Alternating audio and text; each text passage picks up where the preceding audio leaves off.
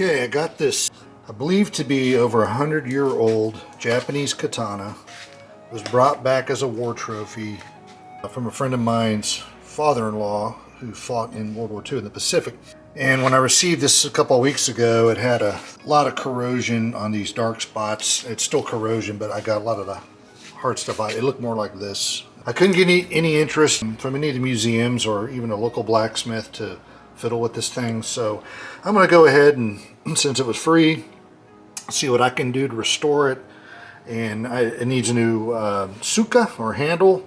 The old one I still have, but it will never hold this blade, and it's just falling apart. No writing. Typically, if there's writing in kanji on the tang, you can tell who made it and when it was made, and it gives you kind of a perspective of the rarity or value. So no writing that I can tell. If there was, it's long corroded off.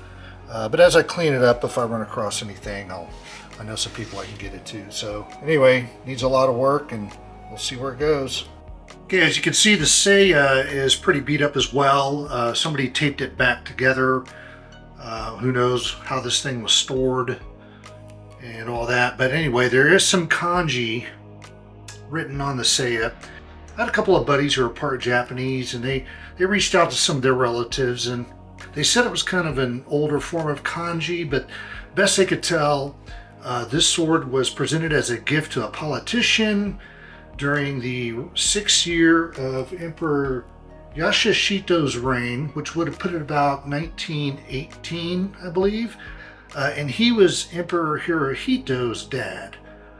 So his successor, his son, basically the one that helped start World War II. So this is a pre-World War II katana. When you look up the date range for these kinds of katanas, it's called the Taisho period, and I'm probably not pronouncing that correctly. These swords, although genuine, were usually made for cultural purposes and not so much for war purposes, which again explains some of the ornateness. Anyway, that's the best I could find out about it. Okay, you can see here the suka is in pretty bad shape.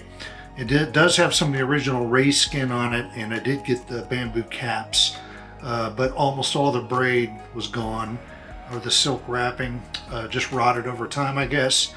The fuchi and the kashira, or the end caps, are fairly new. I ordered those from Japan because this sword, the suka, did not come with those on it. They probably fell off a long time ago.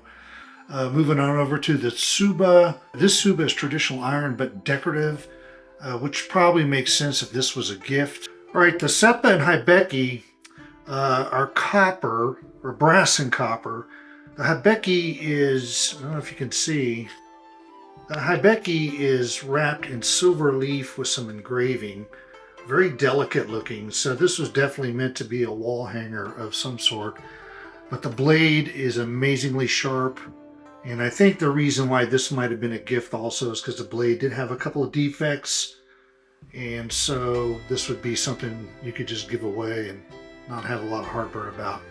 Anyway, it's going to be a fun project. I'm going to try and preserve the saya as much as I can and the writing on it. May not match the sword entirely, but at least I'll have that part intact as well.